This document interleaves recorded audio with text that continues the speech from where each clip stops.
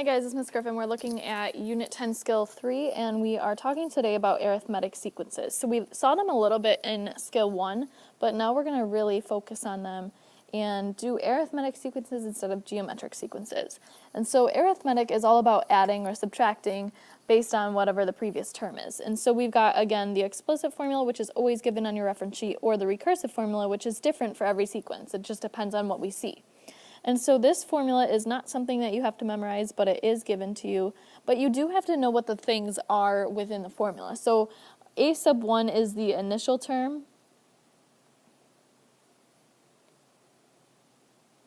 And then the d is the common difference.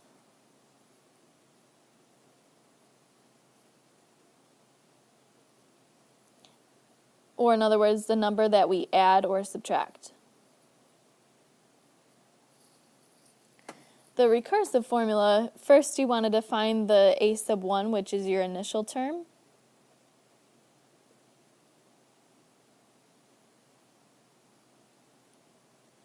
Sorry, I don't know why it keeps zooming out.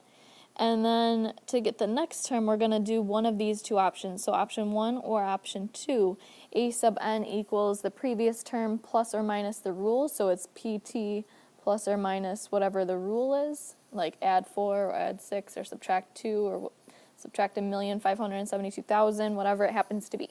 Or we have this formula where it's the next term is the current term plus or minus the rule. So here in this first example, it says find the explicit formula and the recursive formula. So first we want to find out what the common difference is. So how do I get from 38 to negative 62? Well, I have to subtract 100. How do I get from negative 62 to negative 162? Subtract 100. And then so on and so forth. You can see that our d, our common difference, is negative 100. Each time we are subtracting 100. And our initial term, a sub 1, was that 38. I'm just going to draw a line here because we're going to do two different problems. So to write the explicit formula, we're going to use the one that's given in the reference sheet.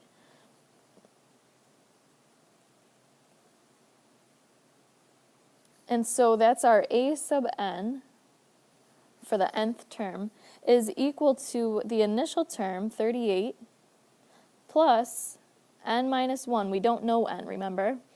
That's our nth term, whatever it happens to be. It could be the 10th, it could be the millionth, it could be the 75th. It doesn't matter. We just leave it as n. And then times the common difference of negative 100. But we don't like it because it's pretty messy looking, so what we're going to do is just simplify. So I'm distributing. I've got a sub n equals 38 minus 100n and then plus 100, right? If I just distribute that negative 100.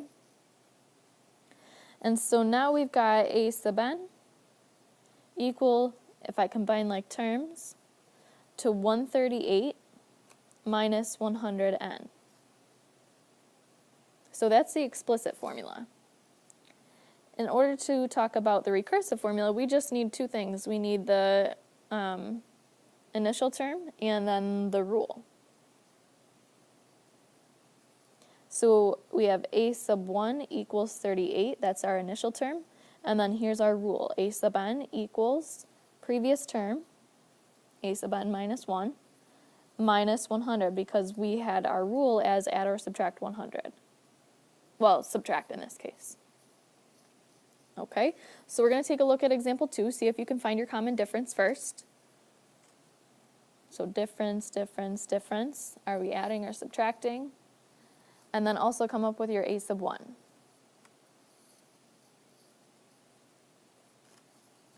So you should have found that you're subtracting 10 every time.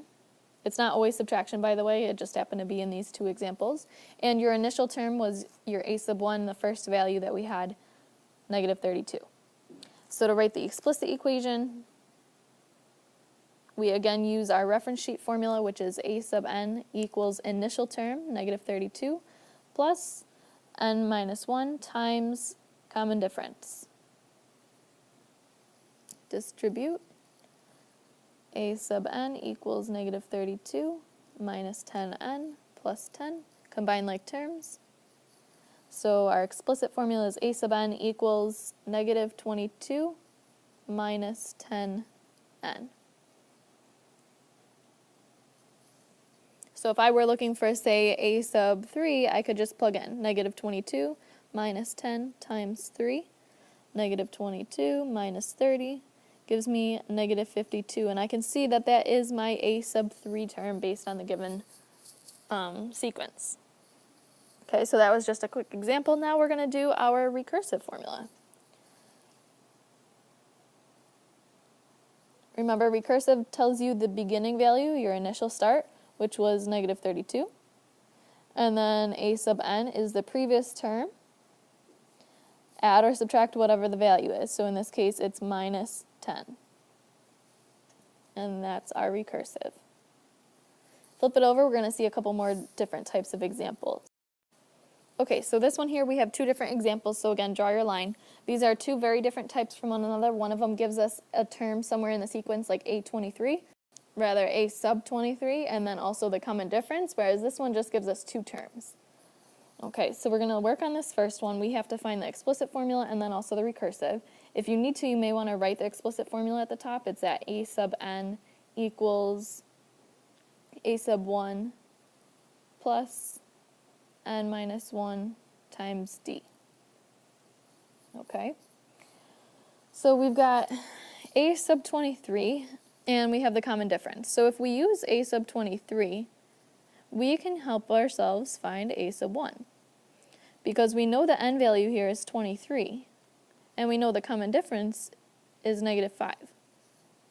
Okay, so you can either simplify this in your head or use your calculator, but we've got a sub 23, which we know is negative 86, equals a sub 1 minus 110 when this part is simplified. So it's 22 times negative 5, which is negative 110.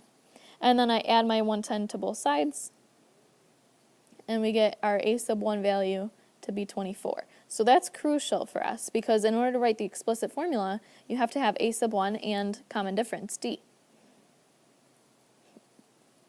So a sub n for the explicit formula is initial value plus n minus 1 times common difference. Distribute that common difference just like normal. Take a second to get yourself to your final answer for a sub n. Okay, so pause your video. So I found 29 minus 5n, and then in order to write the explicit, or not the explicit, the recursive, we just did explicit.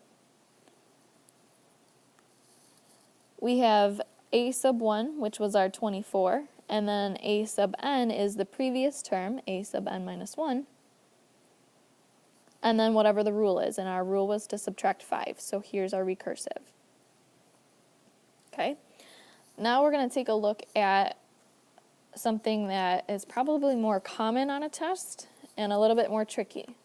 So they give us a sub 12 and they give us a sub 34, but they don't give us the a sub 1, so we need a sub 1, and we need our common difference in order to write an explicit and to write a recursive. So first we're going to start with what they give us. A sub 12 is 59. So we're going to plug it in. We have a sub 12 equals initial value plus n minus 1, and n in this case is 12, times d. Okay, so we can distribute this or simplify it or whatever it happens to be. So we have a sub 12 equals a sub 1 plus 11 times d. Okay, so we're going to use that in just a minute. Then we're going to do the same type of thing for the 34. A sub 34 equals a sub 1 plus the n value, which in this case is 34, minus 1 times d.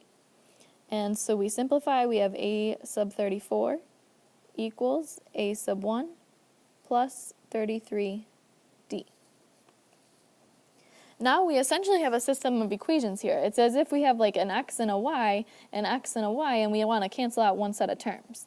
So I'm going to use this a sub 34 and this a sub 12, and actually I didn't do this part yet, but I want to replace this a sub 12 with whatever its value was, and in this case it's 59. And this a sub 34, replace it with the 103. So now we can solve this system of equations. So we've got 59 equals a sub 1 plus 11d, and 103 equals a sub 1 plus 33d. So I'm looking at it and I'm saying, okay, is a sub 1 easiest to cancel or is d easiest to cancel? For me, it's going to be the a sub 1s, and I'm going to do that by subtraction. So I'm going to subtract off all of these terms up top, just because it's going to be bigger minus smaller. 103 minus 59 gives us 44. A sub 1's cancel, 33 minus 11, with the d attached, gives us 22d. So then you just simply solve this for d. d equals 2. Boom. We're getting there. Now remember, we need to still figure out our a value. So to do that, we just plug it back into one of those initial equations. Like a sub 12 was equal to a sub 1 plus 11d. Well, now we know again that a sub 12 is 59 equals a sub 1 plus 11 times 2, because d was 2.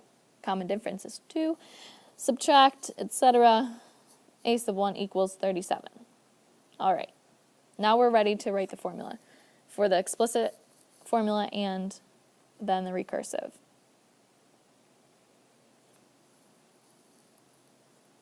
So wherever you have space on this piece of paper, write down your two formulas. Take a second, try them on your own. Now that you have your A and your D and you know your rule.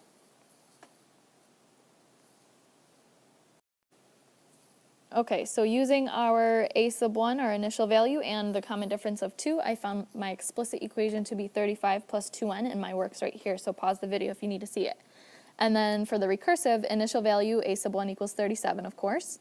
And then our next value, a sub n, is equal to the previous term, a sub n minus 1, plus the common difference in this case, which is 2. Okay, so let's flip it over, a couple more examples. Okay, so here's another type of problem. This one gives us the recursive formula, and now we're going to have to find the 22nd term. And so we could do this by doing like a sub 1 equals 38, a sub 2 equals the previous term plus 8 more, which is 46. And then we could do a sub 3 is 46 plus 8 more, so on and so forth until we find a sub 23 or 22, sorry, 22nd term. But that's going to be a pain in the butt, right? So instead I'm going to erase this, and we're going to write the explicit formula. Because the explicit formula, if you recall, is a sub n equals something with relationship just to n, not to the previous term. So first we're going to write the explicit. So that's the a sub n equals a sub 1 plus n minus 1 times d. So we're going to fill in what we know, and that's going to be a sub n equals 38 plus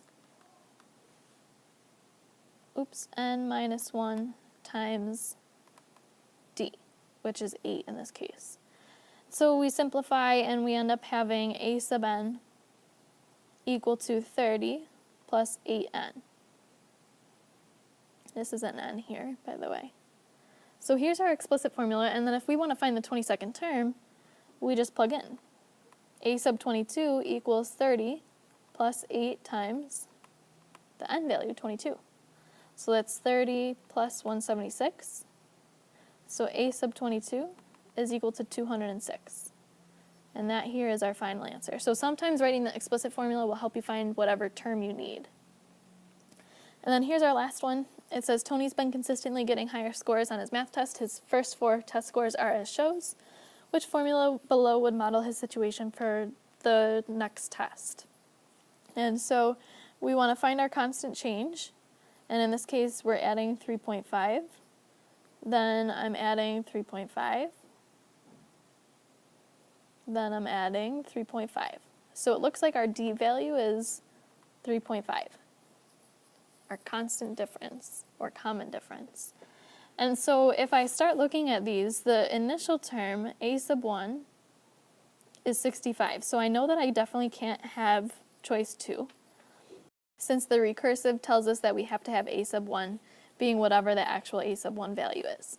And so then what I'm going to do is start testing these things. So if I test choice 1, and I want to do g sub 1, so it would be 65 plus 3.5 times 1. Well, that's going to be 68.5, and that's not what our A sub 1 is, or our G sub 1, so that's gone. Then I test choice 3, and it says G sub 1, or G sub n, so let's try G sub 1. And it's 61.5 plus 3.5 times our n value, which is 1. So if I add 61.5 and 3.5, that gives us 65. Then if I try G sub 2, that's going to be 61.5 plus 3.5 times 2, which ends up being 68.5, which is our G sub 2 if we look back. And I could keep going with this and find out that it is the correct value, or the correct equation. Make sure that you go and do your practice problems, because with the various types, you could have so many questions. So make sure you go practice.